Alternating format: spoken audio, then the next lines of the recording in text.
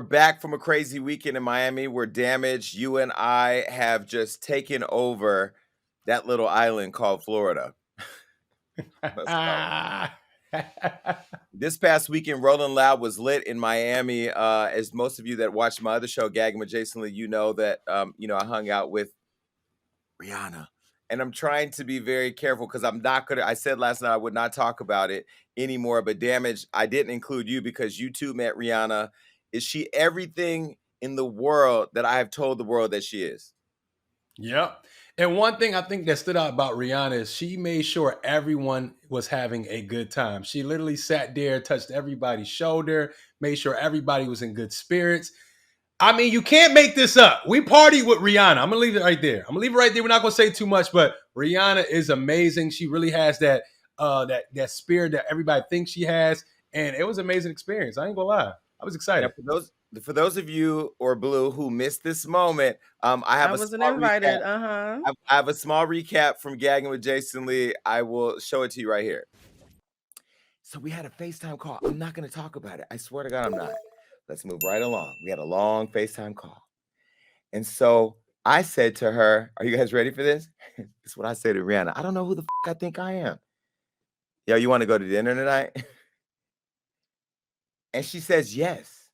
So I'm like, oh my God. So I played it off real cool. Like, all right, cool. Well, you know what I mean? Like, just let me know when you want to go to dinner. And you know what I mean? Like, just hit me. I hang up. I start jumping on the bed and like Tom Cruise on Oprah's couch. I'm going bananas. The lady outside cleaning the room, she's checking on me like, is everything okay? Bitch, I'm talking to Rihanna. Hold on. Wait, hold on. Have a seat. You doing? Don't come here and clean this room. This room just had air in it that was talking to Rihanna. Nobody's coming in this room for the rest of the day. Okay. So. Okay, now this is where I start putting things together. I'm like, I'm going to dinner. So I called the owner of the restaurant, Dave Grutman. Shout out to Dave Grutman. I called the owner of the restaurant at Swan, Miami. Now, I had went to Swan before, and I had dinner with Lenny Kravitz, Trevor Noah, and a few people. This is like a really, really, really nice restaurant, private. You have to call the owner type situation. I took all the guys from Bigo when we went down there. That's when I had to put hands on somebody. But anyway, it's a really exclusive restaurant. We went there, and so Rihanna says, I'm coming at 12. I said, well, I'm going at 11 because I want to get all my food in me first because I need the energy. You know, I had this gastric sleeve, so sometimes my eyes get a little tired. Let me get some food in me so I have the energy to muster through. So I called Floyd, and I'm like, yo, Floyd, pull up to dinner. I'm having a dinner party. Floyd's like, what the hell? You calling me with this formal request? I'm like, yo, just come up here. I'm having dinner. So I call Floyd. Okay, Floyd comes early.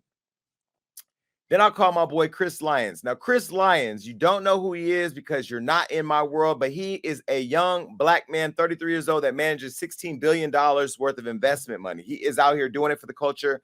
He is, but what I love about him is he is still one of us. He is still one of us. So I call Chris. I'm like, Chris, you got to pull up tonight because I'm having dinner with a few friends, and I want you to meet them. Because I am a person that wants to bring good energy together. I am an energy producer. I want good people, good vibes, good energy. Chris is good energy, and he's a black man out here doing it for the culture. Floyd, that's my boy, that's my brother. Good energy, billion-dollar man walking by himself. And then, of course, the queen of my life. I am her gay husband, Rihanna. She's not there yet. Okay. So we go upstairs. We get a table right next to hers. And I don't want to be doing too much. And I tell all the people with me, do not post any photos of Rihanna. Do not take pictures of Rihanna. Do not pull out your phones. I'm leaving my phones away. Nobody, including me, do not bring out your phones. And then they brought all the 1942 and the Tito's. And my phone came out. Now, look, I try to follow the rules. I'm not Rihanna. I'm never talking about this again, but I got to get this out because if I don't, it'll eat me up and I'll play on your phone. I'm not even texting you for a while. Like, I'm going to text you like in 92 hours. Like, I'm leaving you alone. Okay. So listen. Okay. So I text Rihanna and I'm like, what do you want to drink? I'm not going to tell you what she likes to drink. I text her and she tells me. So I tell the people, when Riri gets here, I want you to bring out the bottles with this on the marquee. And they're like, no, she doesn't like that. And I'm like, I want to have fun because let me tell you something. The reason why I'm telling this story, because I'm gonna get to the point. I'm taking my time because this is amazing, right?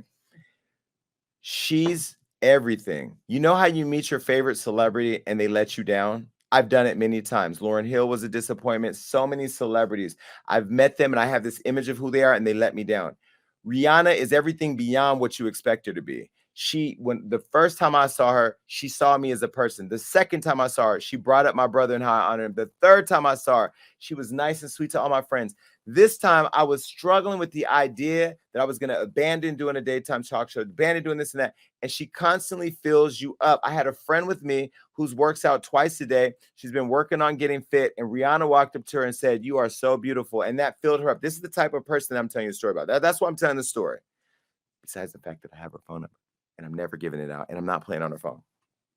All right. So Rihanna's chilling.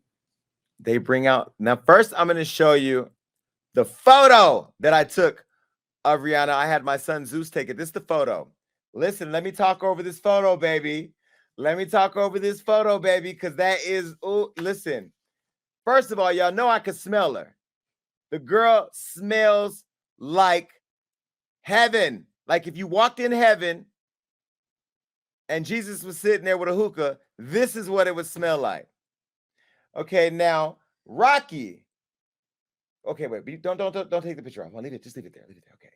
See the sign? The sign says Jason loves Rihanna. Now, see how we're all just like chilling and everything's cool? Because it was a simple sign, right? Simple sign. Look. I don't just love Rihanna. I love Rocky too. ASAP Rocky. I love how, and I can't get into too much because this is personal time. I got to respect it. He's holding his woman down. Solid. He's solid. And so we're having this laughter. We're having this funny conversation. And baby, when I tell you by then the 1942 had went all through my bloodstream, I said, bring out more bottles. And then this happened.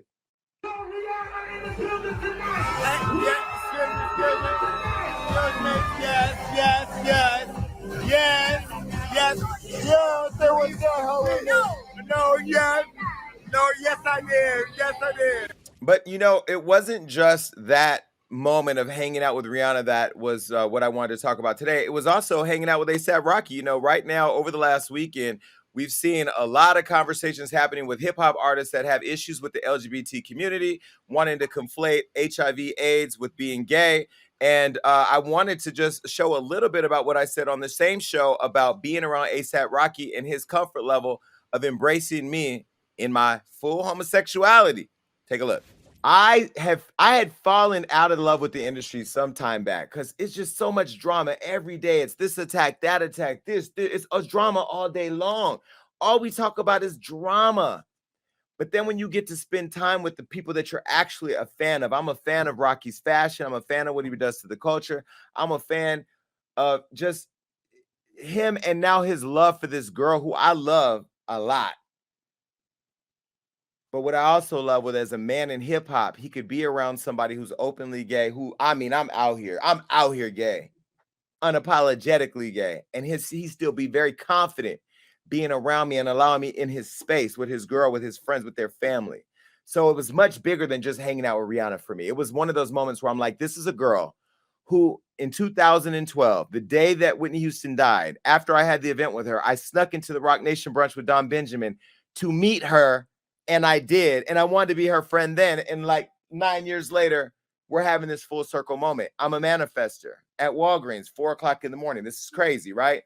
All right, so let's get into it. Blue, Damage, you were at Rolling Loud. DaBaby has been under attack for some comments that he made during his performance. I don't know if you saw it. For those of you that may have missed it, let's go ahead and play that for you right here. You didn't show up today with HIV, AIDS, any of them deadly sexually transmitted diseases that'll make you die in 2-3 weeks. Put a cell phone light in the up. Lady, if your smell like water, put a cell phone light in the up. Fellas. Lights up. Fellas, if you ain't sucking in the parking lot, put your cell phone lights in the up. Let's be real about this. Yeah, keep it real. Some of y'all suspect as a mom. Let's be real. Now, Damage, were you there during this performance? Yep. And I want to take a quick step back. This is happening right after Megan Thee Stallion went off stage and he brought out Tory Lanez as his special guest feature to be on that Rolling Loud main stage. And then we hear this announcement right here where he's talking about, oh, if you don't got HIV or any sexually transmitted diseases or whatever, put your cell phone up in the air. And I was just sitting there on the side in the VIP just kind of confused, like, okay. Well, what were people's reactions? What were people's reactions in the audience? I mean, what were people saying? It was very quiet, Jason. Honestly, people were just confused on what the hell kind of call and response he was trying to do. A lot of people just didn't respond at all. Even when he brought up Tory Lanez, some people I think in the front that was raging and turning up regardless of what was happening. But a lot of people where I was at in the VIP was just kind of strangely watching it and just didn't really understand where he was going with it. As you see, he turned his back to the crowd when he did it. I feel like he wasn't even confident in what he was trying to say. So a lot of people wasn't rocking with it. So, Blue, you watched this on social media roll out. What did you think? I think it was damaging. I think it was reckless. I think it was hurtful. We already know that people have a lot of stigma that they still in 2021 have around HIV and AIDS. And to have somebody use such a huge platform in front of so many people to just randomly call out that community, which, by the way, isn't all gay. But here's the thing. There's nothing wrong with being gay or having HIV. Like, they're still human beings, right? So whether you conflated them or not, neither group deserved to be called out in that way. I just think it was problematic. And honestly, I used to defend DaBaby, but he lost me this weekend. He officially lost me forever. Yeah. We've been very vocal here at Hollywood Unlocked about not supporting cancel culture. However, I'm kind of torn here because you do have to remove people from the community that are damaging for Black people. There's been so many rappers that have come out to say, oh, the gay community can say whatever we want, but we can't. There's a difference here. There's a difference that I think people are missing. Gay people saying we want equality and to be treated the same as straight people is the same as Black people saying they want to be treated the same as white people. And I think that our community continues to miss that point. You can say whatever you want, but like I said before, dealing with my own personal matters, you can't say whatever you want without consequences. I think right now DaBaby is figuring out really quickly how deep the pain that he caused and inflicted upon people who had nothing to do with his rant. He's now feeling that because he's lost his endorsement. My friends that own Boohoo Man, they have since parted ways with him. Several celebrities, including Dua Lipa and Elton John, a lot of mainstream people have come out and talking about it. He took to his Instagram to explain what he meant by it. And I think personally, the apology did more damage. Let me show you the apology. Take a look. I say, if you don't got AIDS, put a cell phone light up. I say, if you ain't sucked in the parking lot, put your cell phone lights up. So I could drop my next song. I wasn't going on no rant. That's called a call to action. That's what that's called, because I'm a live performer. I'm the best live performer. I'm the live show killer. You interact with your fans. You get what I'm saying? Look, all the lights went up, gay or straight. You want to know why? Because even my gay fans don't got AIDS, stupid ass. They don't got AIDS. My gay fans, they take care of themselves. They ain't going for that. They ain't no nasty gay. See what I'm saying? They ain't no junkies. You know what I'm saying? On the street, and here you talking about. Then I said, if you ain't sucked rolling loud parking lot, put your cell phone light up. You know what my gay fans did? Put that light up. Cause my gay fans, they ain't going for that. They got class. They ain't sucking no parking lot. You gotta get a room, good one, 5-star hotel for them. Or goddamn, yeah, you gotta wait till they go to the crib. They ain't just gonna be out here just doing no anything. Yeah, if they a fan of me, they on some big dog shit. Just going for nothing. Even my gay fans got standards. Y'all tripping. Y'all bringing negative attention and energy upon yourselves, and the ones that's doing it is people who didn't even attend the show. So this don't concern y'all at all. I was there. I attended the show. Do I believe he has this deep hatred for gays? No. I just think he says dumb. Like, there's at least over 20,000 people at Rolling Loud. Somebody might have AIDS or HIV. That doesn't make them dirty. That doesn't make them unsophisticated or whatever the hell he's trying to say. And for you to be a pop star, you're not just some trap rapper. You're a pop star. People make TikToks to your records. You're being played on pop stations. you have all types of fans. So what was the point? I don't really get the point of the call to action. I was hoping that this could be a teachable conversation, but how do you teach somebody that spews that level of ignorance, right? I mean, you then went on to apologize, but the lack of humility made you go and further insinuate that people with HIV are dirty people. So you're saying that Billy Porter is a dirty, trashy person.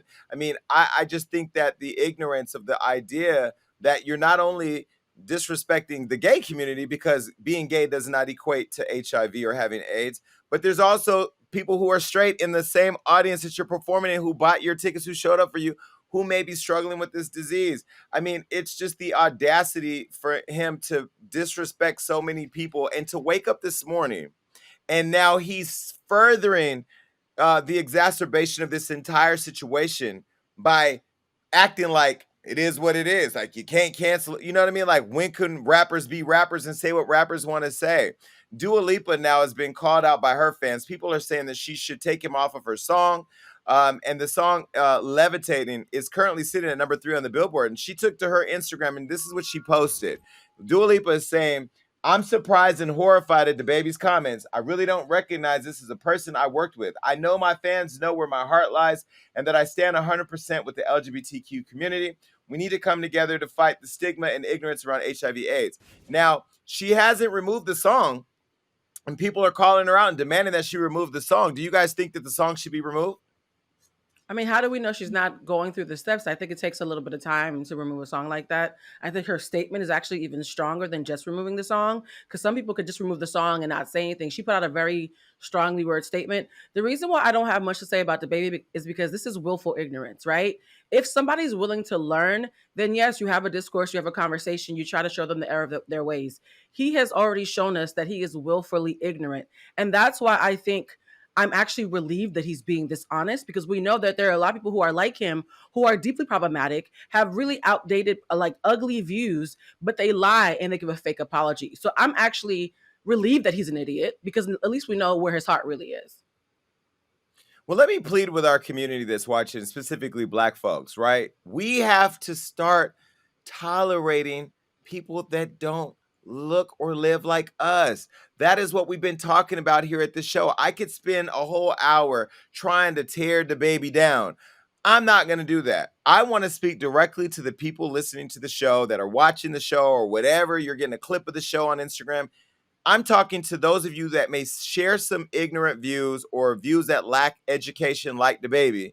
And hopefully you just see that there's an opportunity here for you to learn, because I really feel, based on like what Blue said, like DaBaby is gone. Like, he has shown that whatever cockiness or arrogance that he has from his little bit of celebrity, because he hasn't even had the tenure in this game yet for us to respect him the way we do with Jay-Z or other people.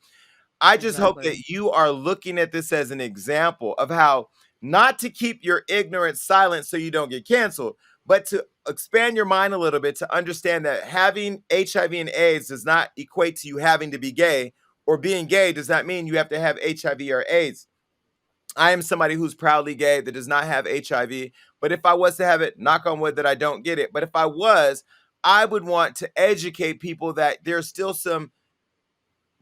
normalcy to be having a disease that you can't control now, in terms of like, you got it, but you're still a human being with feelings. You still have family that love you. You still have a job. You still have a career. You still have influence and impact. You still have purpose, and you're still somebody that people should respect and care about. I don't know how else to get our community to understand that, because typically these type of lessons don't come unless you personally have that experience yourself. And DaBaby, I know you're getting this sucked by all these females out here. You don't think they got something?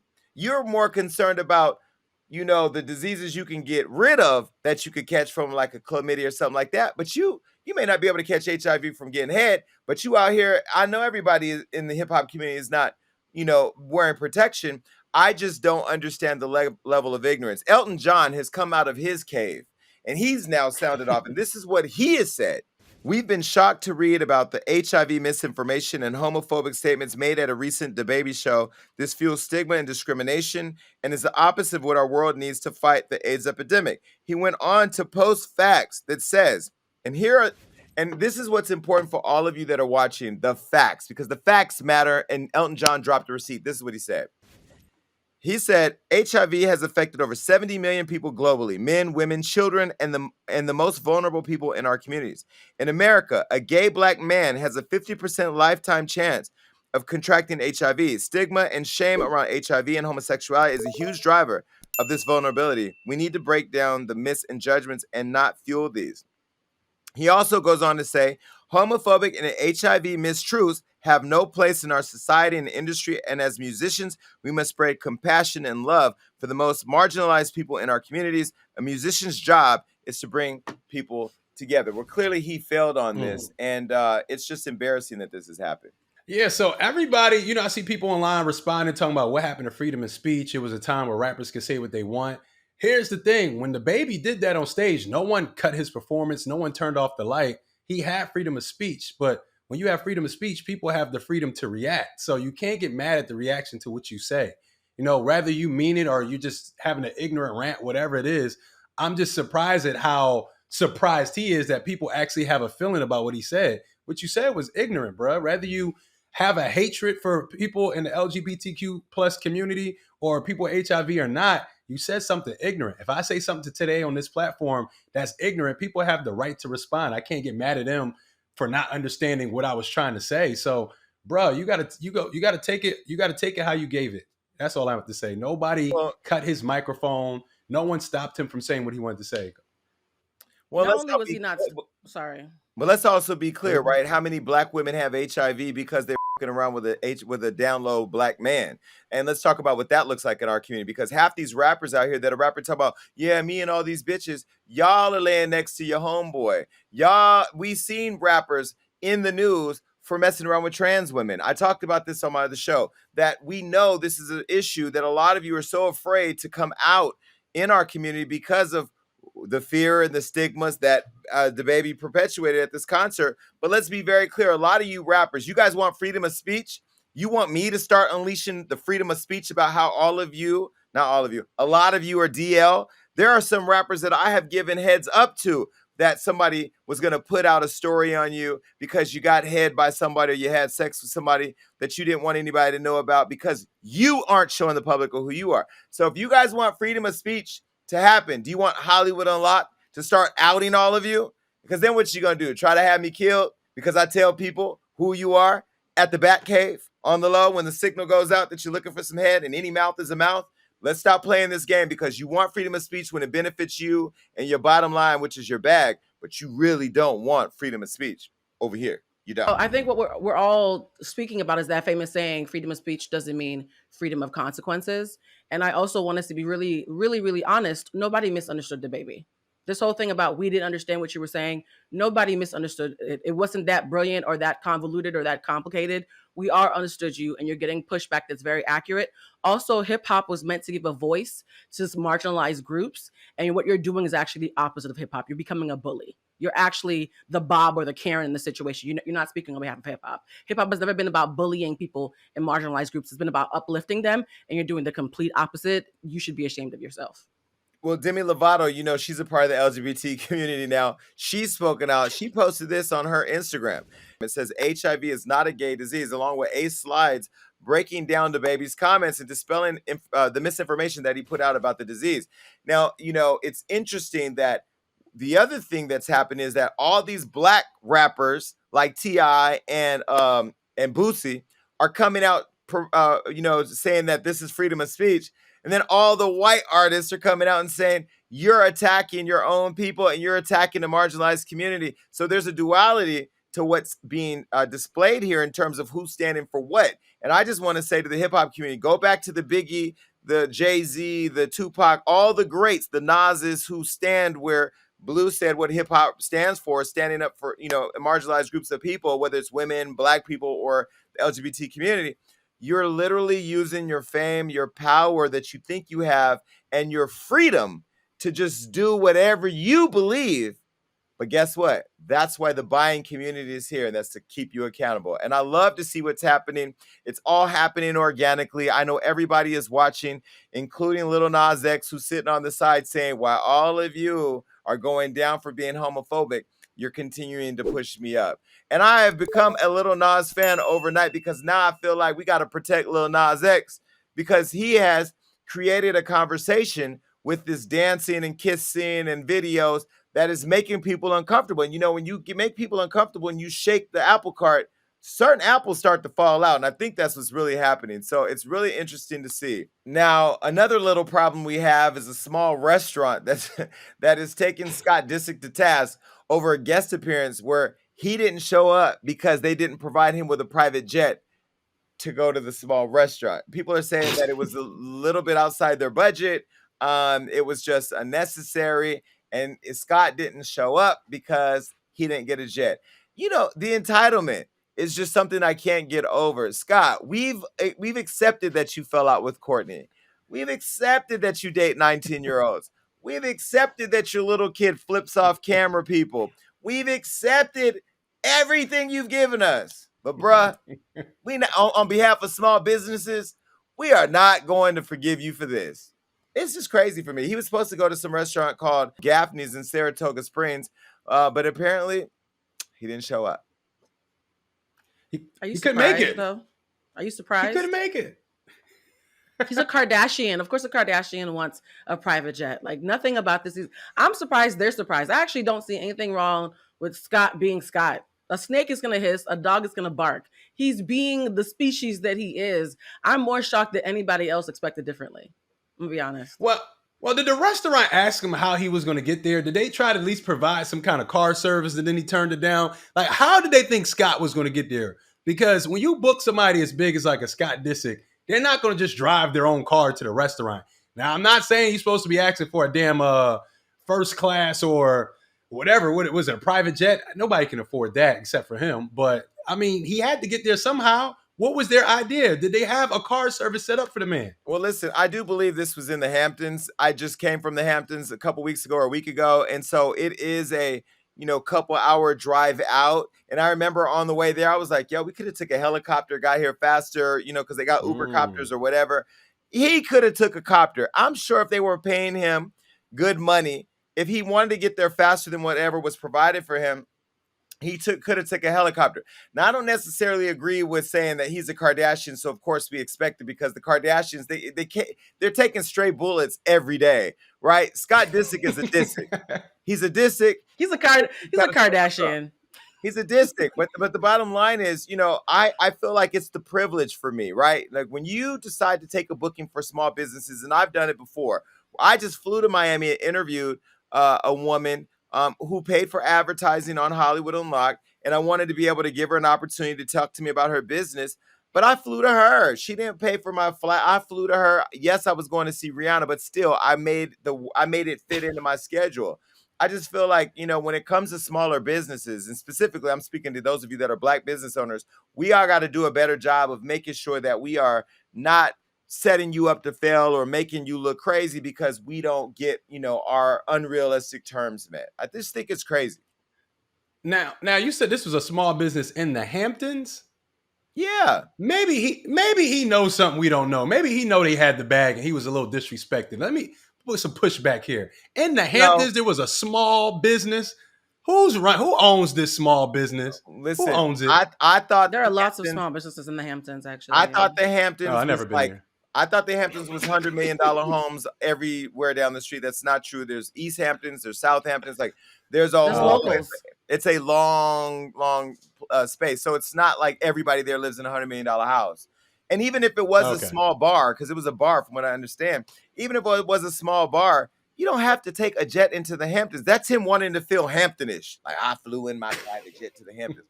Nah, get your ass in the car and get there like I did. Period.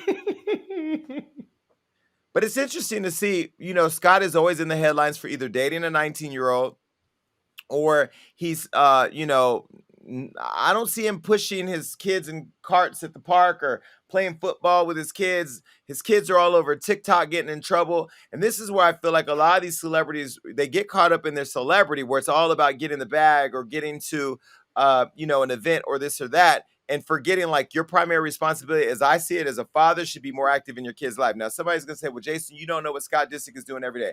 Well, we kind of do based on what we see on social media. But why don't you start putting out more images of you being a father or being somebody who is caring for a young child and that you're not dating at the same time. All right, now I don't know what everybody's iTunes looks like these days. It seems like every day you go to Hollywood Unlock's Instagram, we got to take a new artist off the list. This week, for some of you, is DaBaby. Some of you may have already taken R. Kelly off because you know he's been in jail now for I don't even know how many days fighting these allegations of child molest. Well, listen, there's a new allegation coming forward, and people are talking about it, and it's the sexual relationship that allegedly happened with a male teen.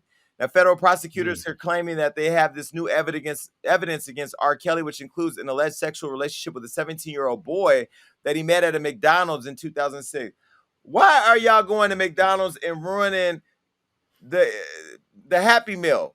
Well, this wasn't a Happy Meal. This was something that prosecutors are now saying they need to ask permission from a judge in New York to present this new evidence against R. Kelly for crimes that he did not receive charges for, which include bribery and sexual abuse, for his pending trial. I don't know what to say. Trapped in a Closet was a song that a lot of us said the inspiration was drawn from somewhere. The video showed him hiding in a closet between a man and a woman, but now it may be that he was playing around at McDonald's with a young man. You know what makes me really sad about this story? It's aside from the fact that there might be even more victims that we didn't know about, it's the response from folks who are like, oh, now I'm going to stop listening to Step in the Name of Love. Now I'm mad at R. Kelly. And I'm like, wait a minute. So the young women being abused wasn't enough. But now that it's young boys, it's giving me homophobia. It's making me feel like people who are defending R. Kelly, who have recently jumped off, actually hate like gay people more than they love black women, right? Because when it was young girls, we still want to listen to his music. But now that he might be a little gay, now that he might be abusing boys, suddenly they want to start canceling him. I'm giving everybody the side eye who it took all of this for them to finally see the light of day. That's suspect to me because the victims are victims, period, regardless. And to clarify what you just said for anybody that may have missed it, him messing with a 17-year-old is not him being gay. So there's a two. Exactly. I don't want to conflate the two. Being gay and being a pedophile, although a lot of you try to put those two together, are very different situations. Now, I don't know R. Kelly to be gay. I've never heard those rumors before. This is new, and I'm not going to say that this allegation is a fact that happened. However, it is out there now. And so people are saying that this happened in a Chicago McDonald's and that the sexual abuse caused by Kelly and coercing him to have sex with other teens included another male and their teen girlfriends, while Kelly actually recorded the acts. Now, it's saying that it revealed that the prosecutors want to reveal this evidence that R. Kelly impregnated a then 15-year-old Aaliyah in 1994 when they were married, and then added that he wanted to prevent her from ever feeling the need to ever testify against him in court. So, we had K. Michelle here on the show where she actually talked about a lot of people that were around the situations at the time. I don't understand why more people besides R. Kelly are not on trial for these acts. I mean, it's one thing that we spent more time shaming people who are fans of his music, which I'm a fan of his music. He still has great music. We spend more time shaming the fans than we do identifying the people around R. Kelly that actually put those kids in harm's way. Why is that? And that's probably how we're getting this newfound evidence, though. A lot of these people are trying to maybe, clear their conscience, get out of the way. Maybe some of these people are being brought up to trial and they're trying to throw R. Kelly under the bus more. And, when it comes to him messing with the young boy, I'm not surprised because in watching his story, he was abused by an older man. And, we've seen this time and time again, sometimes the abuser becomes the predator. So, I feel like that's how a lot of this newfound information is coming up. I think a lot of those people that were around helping R. Kelly are starting trying to throw him under the bus more and more because the heat is now coming down on them. And it's just not being mainstream. They definitely had a financial incentive not to turn him in, but now that the jig is up and the money is gone and they might go to jail, now they have, I don't think it's a moral incentive because if you had a conscience, you would have stopped a long time ago. I think it's because they're trying to save themselves. I don't think it's noble at all, but it's helping the case though. R. Kelly is sick, guys. Like whether it's a young boy, a young girl, or whoever, he is very clearly sick. And I am concerned about anybody who still doesn't get it after all of this evidence. It's been 30 years of alleged acts. Like, come on. Well, we saw the tape, so we know that it's true. But is it right to shame people who are fans of R. Kelly's music into not listening to his music because of the allegations. Is it fair? I mean, you could do what you want to do. I kind of cringe when I hear his music, especially at an event where, you know, somebody's putting it on for masses to dance to. I'm like, okay, you don't know if everybody's cool with this. I kind of side eye to DJ a lot. Like, come on, bro. Like, I get it. Y'all love Step in the Name of Love. There's other songs you can enjoy. This dude is abuser. I don't like it. Me personally, I don't really get down with it. And I don't think being thoughtful is the same as shaming. So being thoughtful that this man has all these allegations and all these really horrible connotations to his name, and saying, hey, if I want to listen to his music privately, I'll do that privately, but let me not play it at a family reunion. I don't think that's shaming. That's just being thoughtful. And I think a lot of people are just selfish and not thoughtful. And so they only worry about how things affect them, and they don't worry about how it affects others. So to me, it's less about shame and more just about being a decent human who thinks about how other people might feel about things. But are people, because people, like you said, this abuse, alleged abuse spanned over 30 years. Why are people just now waking up and wanting to cancel his music? Is it because cancel culture is prevalent? Is it because they don't want him to reap the benefits of streaming, so they don't want him to get any money? Is it shaming each other into following the cult that we should just ban R. Kelly music? Like, what is it now that makes shaming or wanting people not to play his music relevant when it wasn't relevant 20 years ago? The answer is Dreamhampton. It's because of Dreamhampton being an amazing documentarian who dedicated years of her life to creating a case that the court system in Chicago wouldn't. So that's the answer. We might have heard rumors, but it wasn't until Dreamhampton came out with Surviving R. Kelly and literally got her facts straight and got people in the room who had seen things that we had enough of a compelling, cohesive story. So until Surviving R. Kelly, it wasn't a cohesive story. It was murmurings. And so she gave it shape. And I think that the Chicago court system should be ashamed of themselves, because it took a Black woman with a camera crew to do what they should have done a long time ago. Yeah, but a lot of us that are a lot of us in the 40 group have seen the actual porno. Like, I remember people having the actual tape. So we saw it before the documentary, and even after the documentary, remember, there were R. Kelly female fans raising money for his bail, lining up outside the jail, demanding that he be released, while parents were on the other side of Chicago demanding that their kids be removed from a basement. Remember? So I'm just intrigued by where the energy is and how it just fluctuates as it relates to R. Kelly and his music. I'm you're right. 1995 was a different time. We had Freaknik back then. It was a different time. Yeah, you're right. You know, I can't lie and say that I hate R. Kelly music all of a sudden, because it's the same music we've been listening to for 20 years when we all knew what he was doing.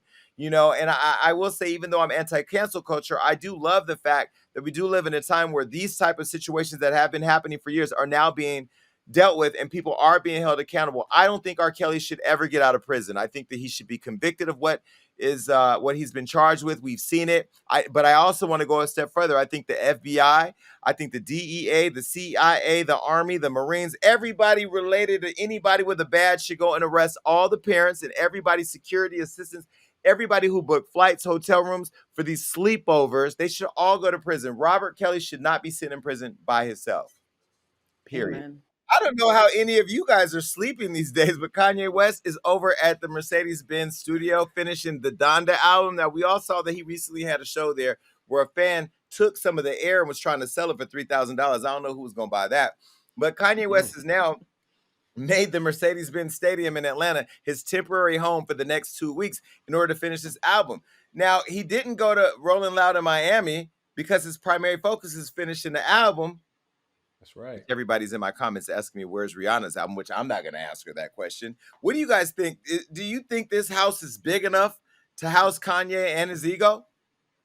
Yes. Barely. It's barely big enough. When Kanye puts his mind to the music, it always comes out phenomenal. It's always next level. It's always groundbreaking. Now, he's not perfect, of course, but when it comes to that production thing he do, take your time. Let that thing marinate in the studio, Kanye. Don't rush perfection, because Kanye has delivered amazing albums time after time after time. Even the gospel ones were good. I didn't really like Poopity Scoop, so I don't think everything's a win. I think he had a song called Poopity Doopity Scoop, and we all were hoping he was okay. He has a couple of misses, but no, you're right. He is a genius. I know people hate when he had a song called Poopity Scoop. Please, I hope they bring up the asset. It literally sounds like something that Damage's son would have produced. Was it a joke? Was it a joke? It was a reason No, behind that. No, it was a he reason behind he that. released it, yeah, but it still sounded like a 5-year-old wrote it. Poopity doopity Wait a scoopity minute. scoop. First of all, you gonna put some respect on Legend's name. He's not 5. And would you say No, damage is done what it produces if Legend isn't talented? Don't put some respect on his I name. wasn't talking about Legend, but no, Poopity Scoop was a miss. But aside from that, I've liked most of his albums. When he started talking about Harry in them, I finally had to jump off the Kanye bandwagon, but I Yeah. was on there for a long time, longer than most. So I hate to say it, but I think the music is going to be amazing because even the unmastered music that's leaking out, that he's letting out little by little, sounds better than most of the polished work that we see coming out. So I hate to admit it. I'm not a hater enough to say the music is bad. And I also think it's a little suspect that Jay-Z and him are reuniting just as him and Kim are breaking up. People have questions about that. But I'm happy to see the Throne back together because I loved him and Hope together. So I'm Well, excited for this album. I'm glad those of you know that Kanye West had 2 very successful gospel albums, and I've been to the live performances of those things.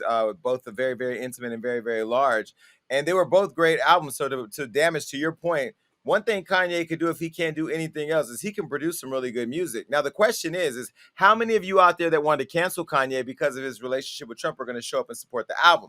Because I, going back to the whole R. Kelly thing, can separate the man from the music, and I think it's okay to support his music, whatever endeavor he chooses, regardless of his political positions. And so, are we being unfair when it comes to R. Kelly if we are still going to ride with Kanye and his music? Just asking for a friend. No, Just asking. No, no. hell no. Nope. Kanye didn't break any laws. He was just an for a minute and like He was had a unmedicated song and called Poopity Scoop. he did. There's a reason behind that. But look, What's the reason behind Poopity Scoop? Damage, please tell us. Now, the sources is that beat that Poopity Scoop was on was given to another artist that he was beefing with, and he put that out so that artist cannot put that song out that was on that beat. So he was being a hater, and that's why it sounds like that. No, Okay. no. Now, let's be very clear. There's a difference between hating and being petty. I think that True. Kanye has been known to be the petty king. I'm here for all of it. I love the fact that him and Jay-Z are reuniting for the culture because both of them are phenomenal rappers. I mean, when they were doing music together before, we all loved it. They had the whole, Ends in Paris, that whole album. I don't know. I'm happy to see them together. I don't think, though, that Beyonce is going to allow Kanye to come inside the house. Sometimes your husband has friends that got to meet you out by the gate. I don't think that Beyonce is going to let Kanye come close to the house because, he be acting out. And we gotta be careful about all those things. But I'm glad to see them both together, and I'm glad that they're finally figuring out their pathway back to what brought us all together for both of them, and that's music. Yes, love it. I love the brotherhood. Black men need each other. Well, listen, I don't mean to beat a dead horse, but there was a man that almost died when he had a stroke for masturbating almost to death. Now, this guy's 51 years old, and he's being described as a right-handed. I don't know why we need to know what hand he's in.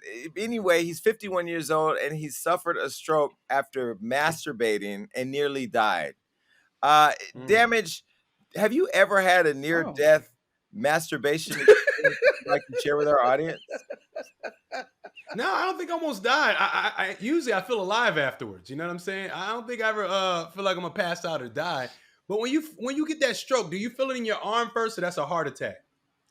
Am I tripping? No, I will stroke. say there have been times where I've been on a masturbation binge, where, after the 4th time in one day, my heart has said, just can't take no more. You do have to pay attention to your organs because I heard of people having heart attacks and strokes like before where like do you want people at your funeral to be sitting there saying, how'd he go? Like, jacked off to death. Like, you don't want that.